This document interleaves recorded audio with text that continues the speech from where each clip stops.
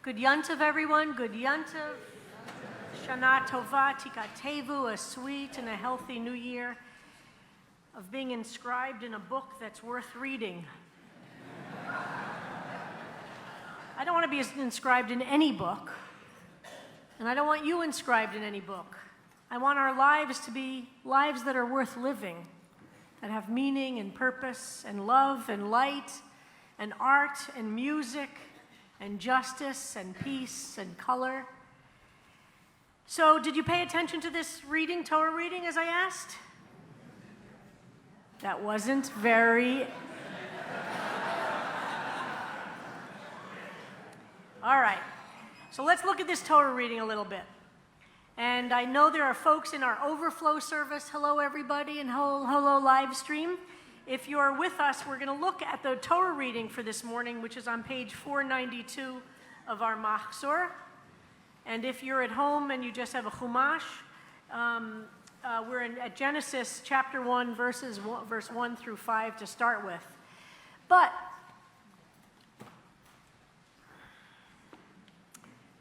as I mentioned earlier, in my first half of the Drash, conveniently done while we were rolling the Torah, this Parsha is really the inspiration for the TV show Handmaid's Tale. This is where we get the description of a legal wife who can't give birth, and she takes a slave, a concubine who is a slave woman, and gives that woman to the husband to have sex with, to rape, and then to give birth to children who will then technically belong to the legal wife. That's the story we're reading on this Holy of Days, beginning the Jewish New Year. And not only that, but the legal wife, Sarah, who has wealth and power, is quite cruel and jealous. Even though she has money and power and wealth, she is ultimately extremely jealous of this young woman who is an enslaved woman, but who can give birth. And the jealousy overwhelms her.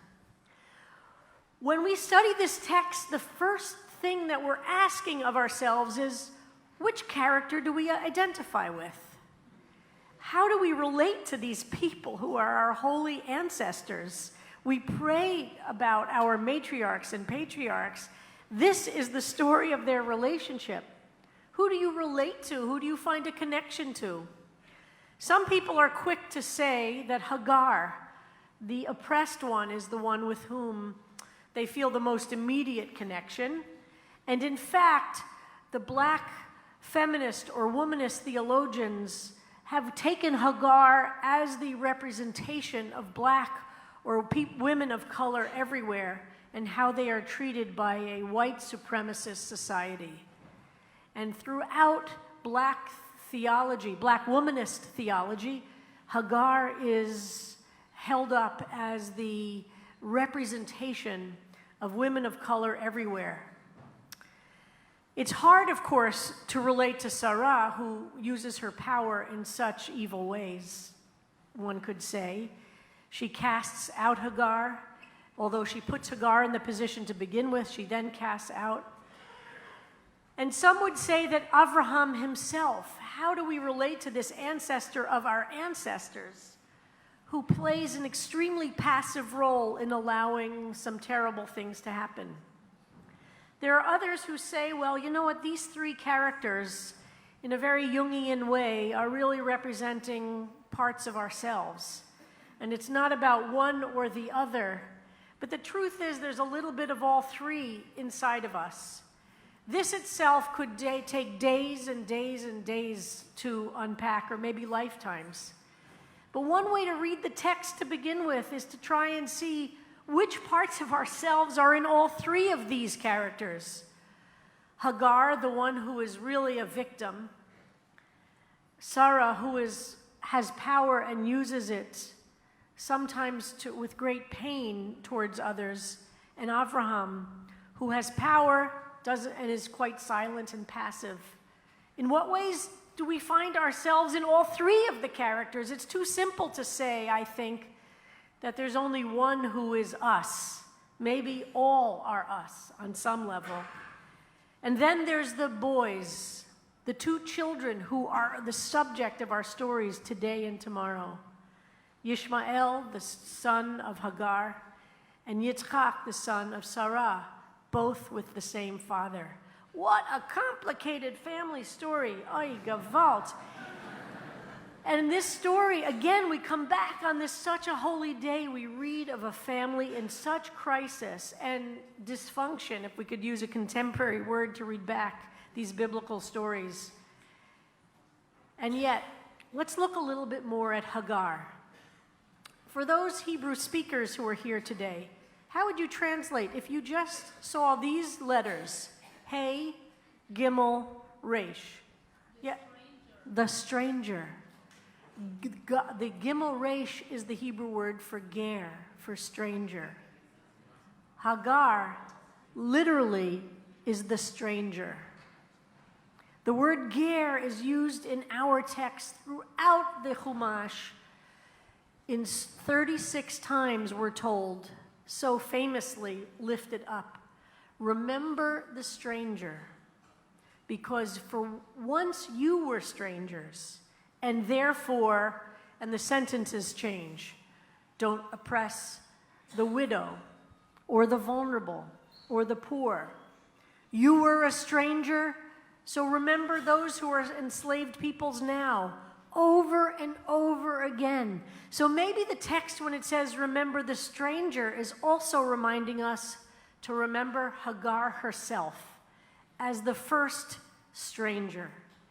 And how does then Hagar's life happen?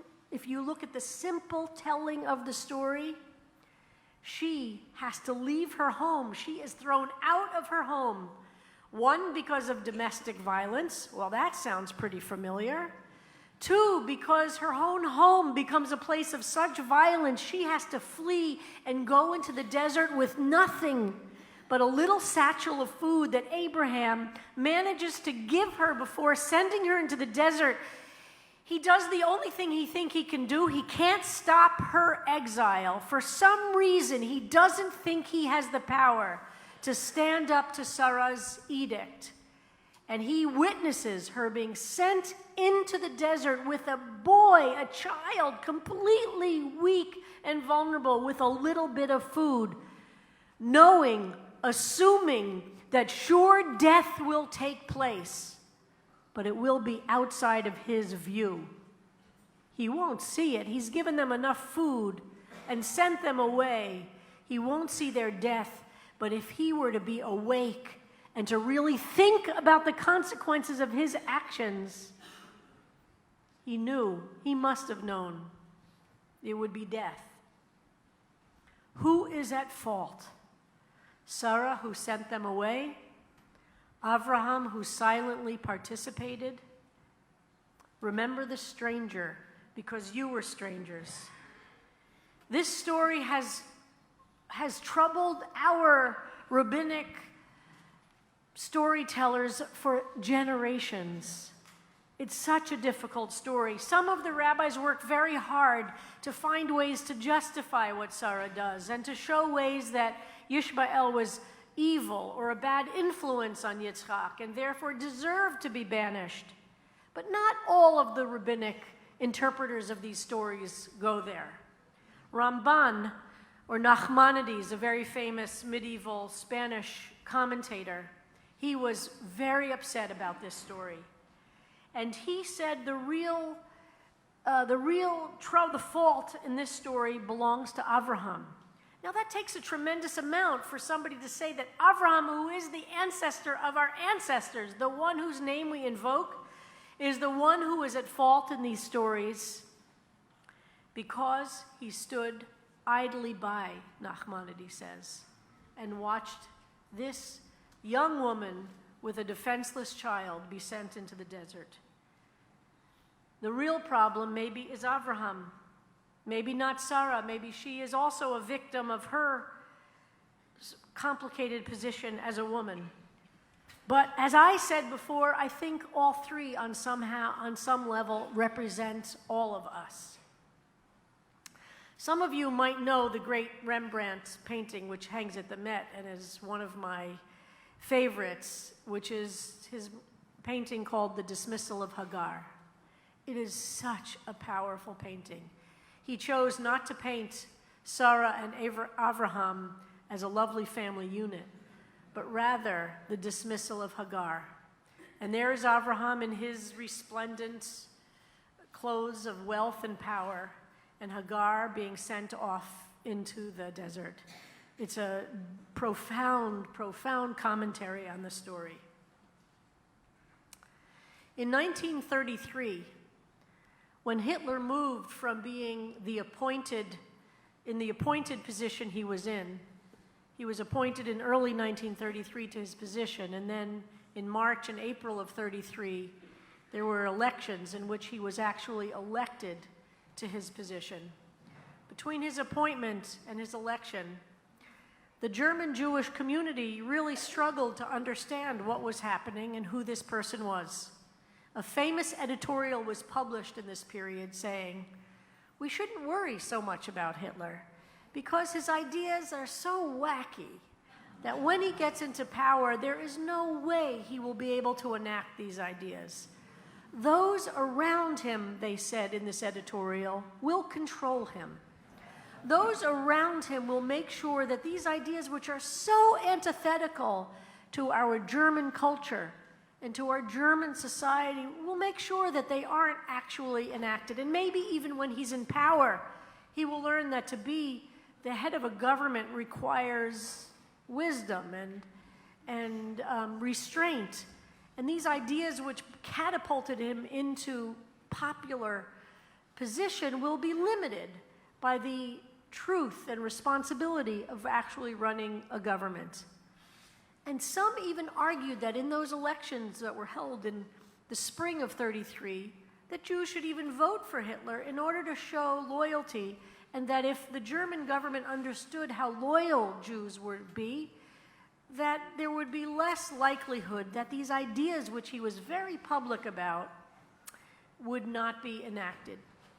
Now, those ideas, by the way, did not include genocide at that time, but they were extremely anti-Jewish.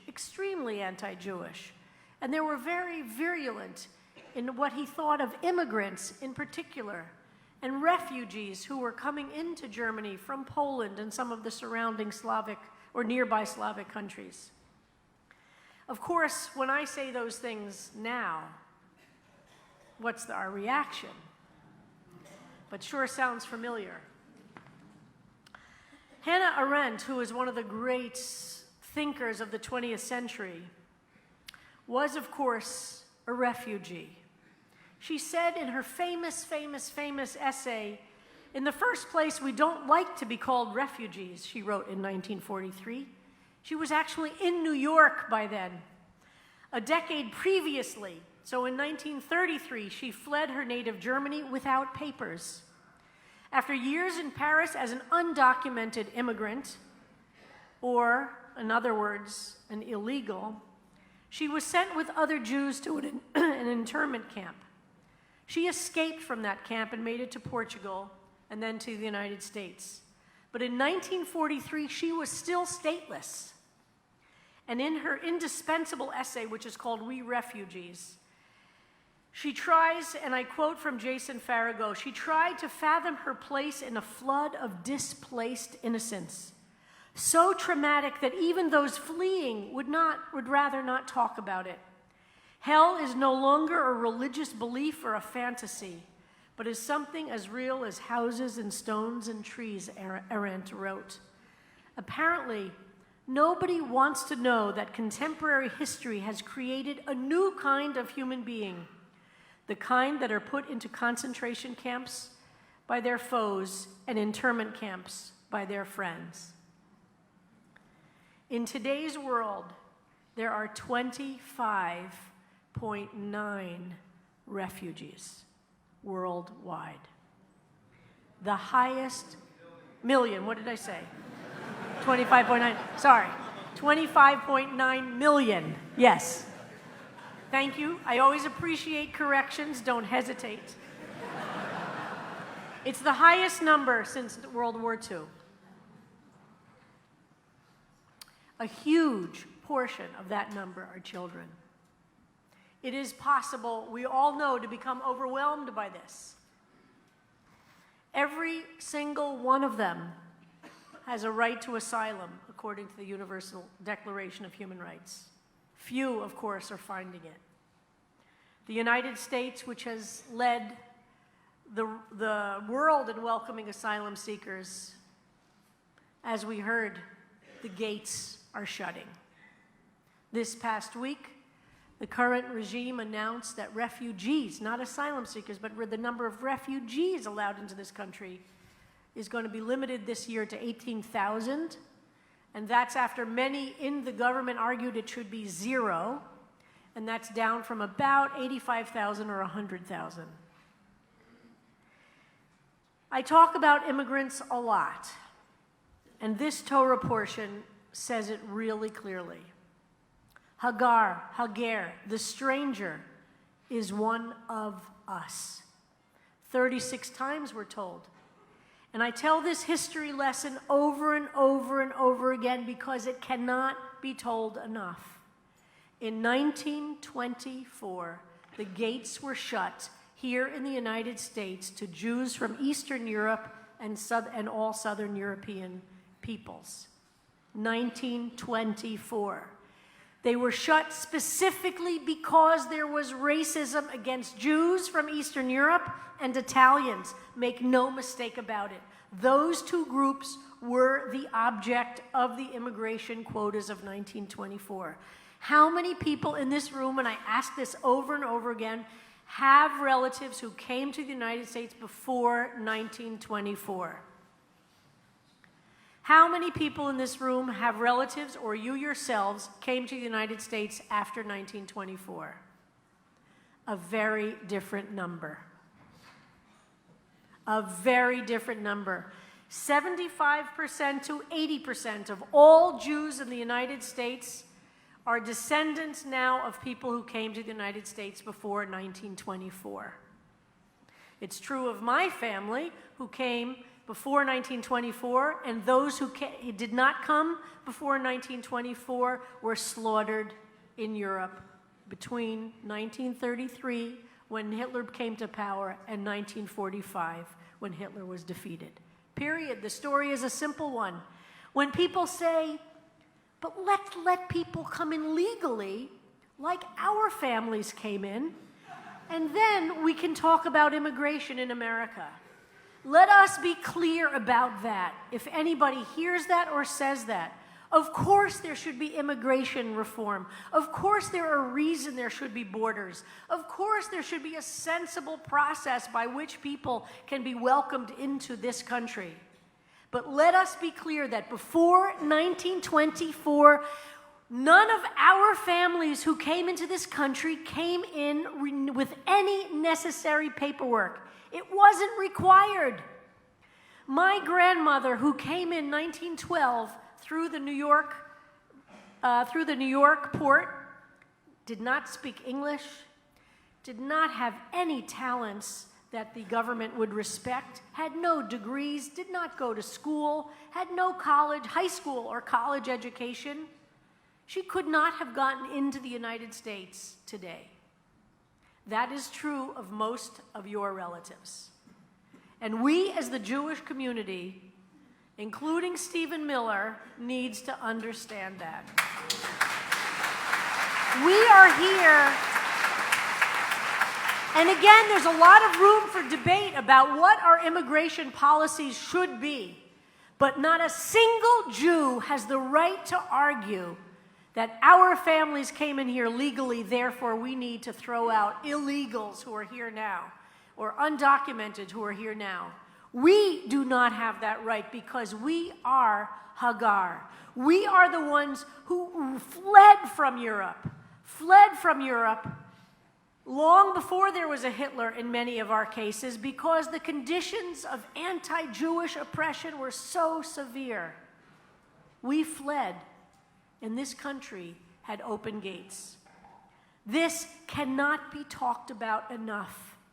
We cannot be Sarah to send people out, and we cannot be Avraham to be silent and to pretend we did our best. We gave a little peckle of some a little food to send them into the desert. We have to be extremely engaged, or we threaten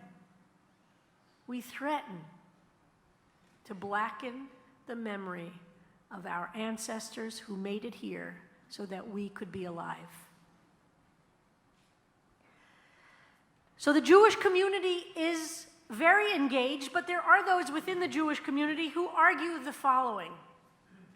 This is about legal versus illegal, and if they're coming in here illegally, they shouldn't be allowed. Our families came in here legally, which is true for some, but most of us came in and the only requirement was not to be sick and to be checked for typhoid or for tuberculosis and not to have a criminal record that they could find.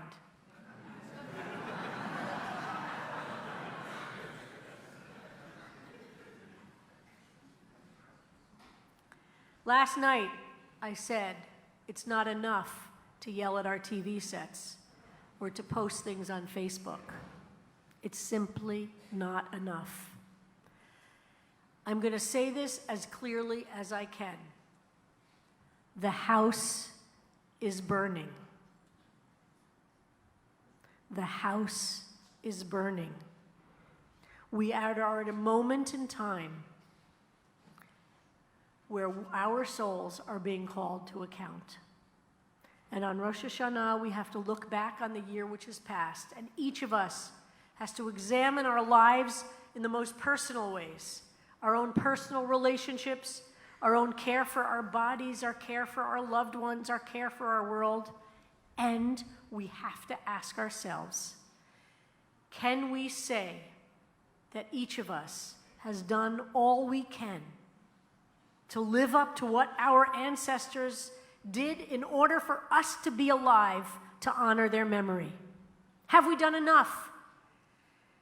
Now, we've read the stories of what's going on in the border, where there are, whether you call them internment camps or concentration camps, they are camps in which people are being held, human beings, children, thousands and thousands and thousands of children are being held in subhuman conditions with our tax dollar. We've heard those stories, and we can't imagine what we can possibly do besides really focusing on changing the regime which is now in charge of this country. And that is essential. That remains an essential aspect of what this coming year must be for everybody's life, is to focus on creating policies and leaders in this country which will change what these acts are. But in the meantime, or maybe I should say, that's not enough. We got ourselves into this position, and it wasn't because one particular person was just elected to office. That's too easy. We're all a little Avrahami in this story. We all thought it was enough to live our lives with a little decency, and that would become enough. CBST, I am proud to say, I think a year and a half ago, our task force dedicated to analyzing and studying the issue of sanctuary synagogues brought a proposal to our board of directors which unanimously voted that CBST should become a sanctuary synagogue. We as a synagogue are a sanctuary synagogue, but what does that mean? That's the physical building that we are.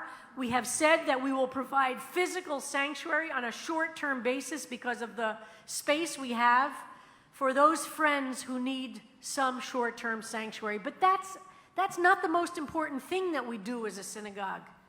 First of all, you have to know that every donation you make to the synagogue, that's helping that exist. And what are we doing? We are members of the New Sanctuary Coalition, which is the prominent organization here in New York City doing sanctuary work. But what does that mean, doing sanctuary work? For example, those under detention have to offer bail to be able to get out of detention, even to wait for a hearing. Used to be the bail was $300, $500 per person, which if you're poor, that is completely out of reach. In the last 2 years, that number has increased to $3,000 or $5,000. So if somebody is in detention waiting for a hearing about their immigration status, for sure they'll never be able to get out. CBST now has a bail fund. And of course, it's a revolving core of money that can help people actually post the money, and they only want clergy to post the money to show the courts how seriously the community is taking this. So one of our clergy goes down to the courtroom and posts the bail so one person can get out while they wait for their hearing. And then, of course, the money circulates back in. So don't tell me you don't have time to do something, because if you don't have time, you could make a donation to a bail fund. Secondly, every single Wednesday night, and we are the only synagogue in America who is doing this, thanks to the hard work of our CBST volunteers, many of whom are here today. And I'd like to ask all of our sanctuary folks to stand for a minute so people can see you and know who they can go up to and ask if they want to volunteer. Look at these are our sanctuary team.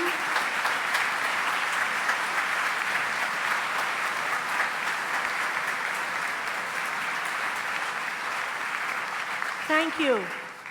You want to do something about the fact that our country is doing what it's doing to immigrants? These are the folks to talk to. Every Wednesday night, we are offering an immigration legal clinic, a pro se clinic, for Russian speakers from the former Soviet Union who are in fear of persecution for being gay from the former Soviet Union. We've helped a Nigerian who's in fear of persecution from being gay from Nigeria get asylum status. We have many from Central America who are looking for help to fill out forms, to tell their story, to accompany them. You think you need to be a lawyer to do this? You don't. We have lawyers to supervise the legal pieces of it. Do you speak English? Can you fill out a form? Can you help people move through an extremely tedious, painful, and lonely process? We accompany people to their ICE hearings. So think of this. We who are living in America in a bubble, not really being aware of what it's like, when somebody has a hearing, none of their relatives, perhaps, or friends are going to go with them, because walking into the federal building at 26 Federal Plaza is a terrifying thing if your immigration status is at risk. And we now know that ICE is arresting people in the building itself who come with their relatives for a hearing. So no one is with them to just sit in the courtroom, to go with them, to meet them at a Dunkin' Donuts beforehand and walk with them. So there's somebody with them. We can't speak in the courtroom, but just so when they turn around and they see there are friendly faces, and the judges see that there's a community that cares. I promise you, if you do one of these accompaniments, you will not be the same person afterward. You will see an America you had no idea existed. There are many different ways to be involved, but here's the first place to start. In thinking about this year ahead, to understand there are two basic reasons that we Jews care. One is theological. Hagar. The stranger is among us, and it is our theological, it is our God-given obligation to do whatever we can to embrace the stranger and to make them feel at home. When our friends, and that's the language we use, come on Wednesday night into our clinic, they have said to us over and over again in all different kinds of ways that it's the one place during the week where they feel safe, where they feel at home. And many of them come back to become volunteers themselves. Particularly if you speak Spanish or Russian, those are great languages for us to need. But even if you don't, and even if you're not a lawyer, you're welcome to help. But as I said before, we are the only synagogue that are offering not just this legal clinic, but because of the hard work of several of our members, we are now accredited by the New York State Bar to offer a CLE, a continuing legal education and immigration law. For lawyers who have to do a certain amount of continuing education, they can take for free at CBST a unit, or through however many units it is, I'm not a lawyer, so a unit of immigration law to fulfill that requirement. Lee Goldberg, our CBST board member, wrangled that for many, many months with the bureaucracy of New York State. Noemi Maslia, our immigration lawyer, teaches the clinic. And since May, when we started doing this, and we're doing one of these every other month, we've trained how many lawyers? 60 lawyers. We don't make them pay a penny for it, and it's a very, usually, and any lawyers in the room know, a CLE thing can cost a lot of money. We do it for free and ask them to donate 10 hours of their time to our clinic instead. 60 lawyers. We're Jewish, we have a lot of lawyers. That's a lot of help to people who need it. Hagar. Let's look back at the text. In the story, we find that Hagar speaks to God. Now, how odd is that? How many people in the Bible speak directly to God? Not a lot. Hagar is one of the first that we see, certainly one of the only women who are identified, but Hagar speaks directly to God, and God speaks directly to Hagar. That alone tells us where Hagar's presence is in God's eyes. And sorry, I was on the wrong page. So on page 486, so Hagar says, in the English, she says, if you see in the English, so Abraham sends her on the way. She went and wandered in the desert of Beersheba, and the water in the water sack was empty. She left the child in the shadow of a bush, and she went and she sat a bow shot's length away from him. And she started weeping. Let me not look upon the child's death. And she raised her voice and wept. Today's New York Times. Peering over the Rio Grande, separated from Brownsville, Texas, by only 100 feet of coursing water, Ana Valdez talked herself down from a perilous decision. Something she has done several times in the week she's been living in a tent in one of Mexico's most dangerous cities. When I'm this close and I could see it, I'm tempted to think I should just swim across, but for what? Last week, a 26-year-old mother and her toddler drowned crossing the river from Mexico to the United States, the second parent and child to die there since June. Let me not look upon the child's death, Hagar said, and she started to weep. If we think these stories are just ancient ones, they are interwoven with today's news. God heard the child's voice, and the angel called out to Hagar from heaven, "Don't be afraid, for God has heard this child's voice, Ba'asher Husham, where he sits. Arise now, take the boy, and I shall make this boy a great nation." She looked because God opened her eyes and she saw a well. She filled the sack of water, gave water to the boy, and God was with the boy. And this boy grew up, and he became a shooter of the bow. He dwelt in the desert, and he married a wife his mother got for him from Egypt. And we go to the end of this reading on page 489. This is the part of the story that very few people focus on. We go back to Abraham and Avimelech, who was his enemy in some ways. And there the two of them declared at Beersheba, the same place that the child was with the mother. And Avimelech rose, and they returned home. They built the well, and the two of them declared an oath and made a covenant at Beersheba. Sworn enemies, they declared an oath. And he called there one name, the Eternal God. And Abraham lived near the country of the Philistine for many days. What is the connection between this story of enemies having a treaty and becoming allies, and the son and the boy?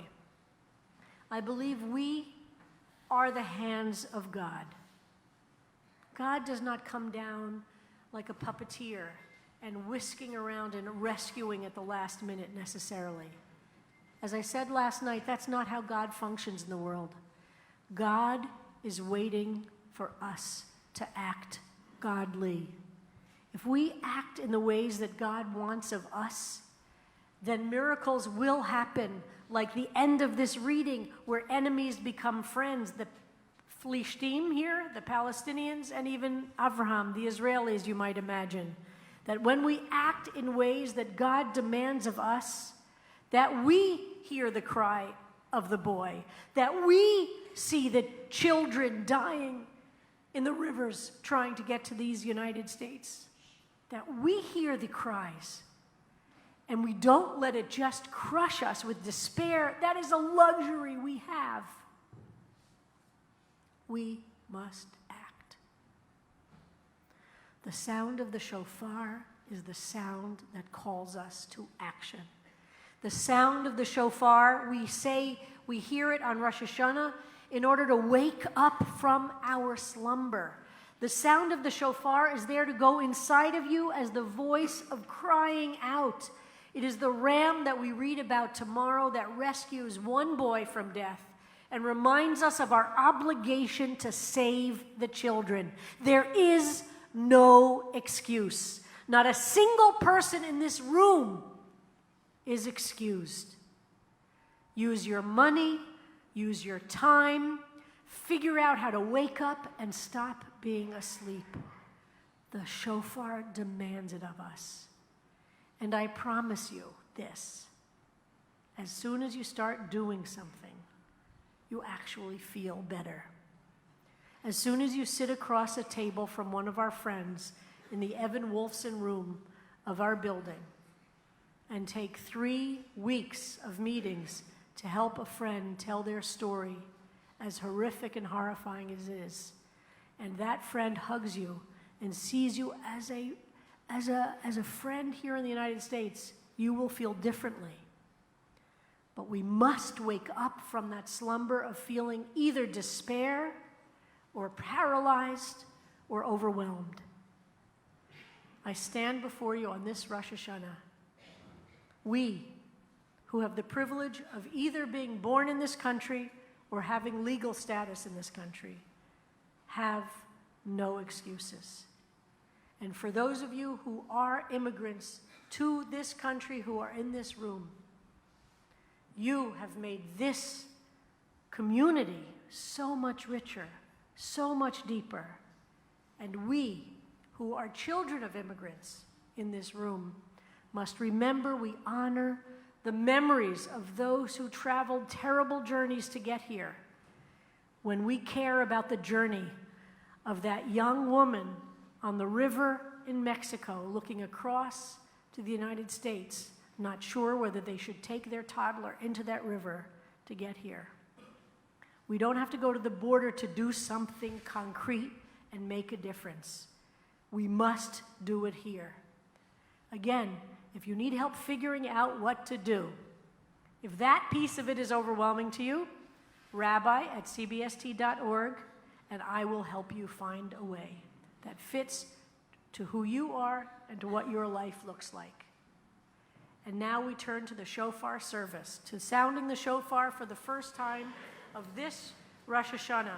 And I ask you to focus on where in your life you are asleep. Where are you crushed down? Where are you paralyzed? Where are you overwhelmed? And let the sound of the shofar wake you up, give you energy, inspire you, and give you hope. Please stand if you are able.